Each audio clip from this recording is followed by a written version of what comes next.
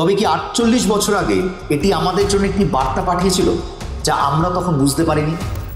এই বস্তুটি কেবল একটি ধূমকেতু, নাকি এটি সুদূর কোনো ভিনগ্রহী সভ্যতার বিশাল মহাকাশযান?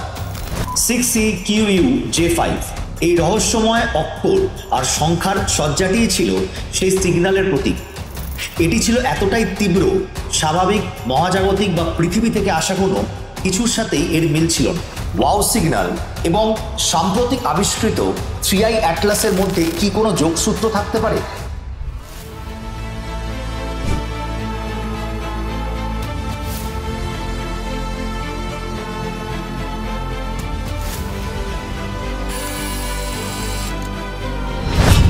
মহাবিশ্বের এই সুবিশাল পটে আমরা কি সত্যি একা? যুগ যুগ ধরে এই প্রশ্নটি আমাদের তাড়া করে বেড়াচ্ছে। আর যদি এর উত্তর না হয়, তবে কি তারা আমাদের সাথে যোগাযোগের চেষ্টা করেছে? 1977 সালের 15ই অগস্ট ওহাইও স্টেট ইউনিভার্সিটির বিগ ইয়ার রেডিও টেলিস্কোপে ঘটে গেল এক অবিশ্বাস্য ঘটনা।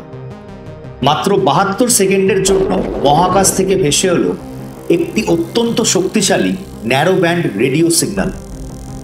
এটি ছিল এতটাই তীব্র, স্বাভাবিক, মহাজাগতিক বা পৃথিবী থেকে আসা কোনো কিছুর সাথেই এর মিল ছিল না। এটি এসেছিল ধনু অর্থাৎ স্যাজিটেরিয়াস নক্ষত্র মণ্ডলের দিক থেকে। 6CQUJ5 এই রহস্যময় অক্ষর আর সংখ্যার সজ্জাটিই ছিল সেই সিগন্যালের প্রতীক। এই প্রিন্ট আউট দেখে জ্যোতির্বিজ্ঞানী জেরি আর রহমান তার পাশে লিখেছিলেন ওয়াও, আর সেই থেকেই এর নাম ওয়াও সিগন্যাল।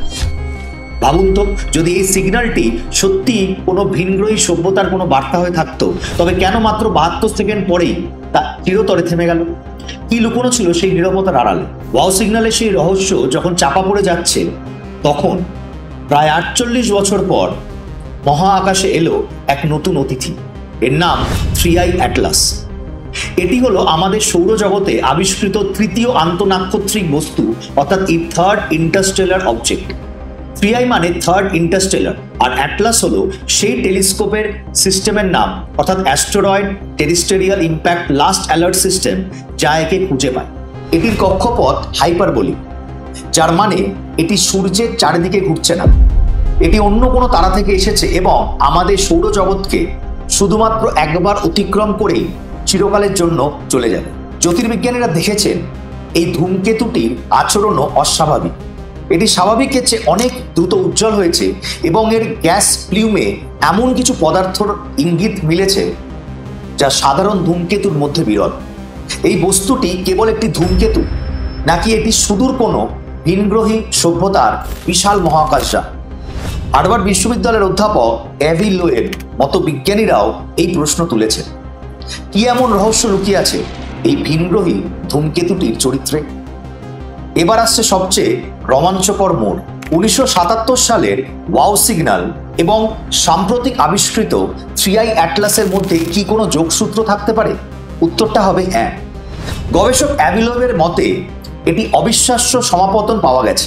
তিনি গণনা করে দেখিয়েছেন যে যখন ওয়াও সিগন্যালটি পৃথিবীতে এসে পৌঁছয়, তখন 3I অ্যাটলাস ঠিক সেই সময় প্রায় একই দিক থেকে এসেছিল যেখান থেকে সিগন্যালটি এসেছিল। এই দুটি ঘটনার দিকগত মিলের সম্ভাবনা খুবই কম, মাত্র 0.6%। এটি কি শুধুই একটি মহাজাগতিক কাকতালীয় ঘটনা? যদি সিগন্যালটি 3I অ্যাটলাস থেকে এসেই থাকে, তবে এর উৎস শক্তি ছিল প্রায় 1 থেকে 2 গিগাওয়াট, যা পৃথিবীর একটি নিউক্লিয়ার রিঅ্যাক্টরের ক্ষমতার সমান। ভাবুন, যদি 3I অ্যাটলাস সত্যি কোনো প্রযুক্তি নির্ভর বস্তু হয়, তবে কি 48 বছর আগে এটি আমাদের জন্য একটি বার্তা পাঠিয়েছিল যা আমরা তখন বুঝতে পারিনি? ওয়াও সিগন্যালের রহস্য কি এবার সমাধান হতে চলেছে, নাকি 3I অ্যাটলাস কেবলই একটি ব্যতিক্রমী ধূমকেতু? আমাদের এই মহাজাগতিক অতিথির দিকে তাকানো থামানো যাবে না, কারণ এই আন্তঃনাক্ষত্রিক প্রতীকই হয়তো আমাদের মহাবিশ্বে আমাদের স্থান সম্পর্কে সবচেয়ে বড় উত্তরটি দেবে। আপনাদের কি মনে হয়, ওয়াও সিগন্যাল কি 3I অ্যাটলাসের থেকেই এসেছিল? কমেন্টে আপনাদের মতামত জানাতে ভুলবেন না। আর এই ভিডিওটা যদি আপনার ভালো লেগে থাকে, তাহলে অবশ্যই আমাদের চ্যানেলটিকে সাবস্ক্রাইব করবেন এবং পাশে থাকা বেল আইকনটাকেও প্রেস করবেন, যাতে কোনো ভিডিও যদি আসে আপনাদের কাছে যাতে সরাসরি সেটা পৌঁছে যায়।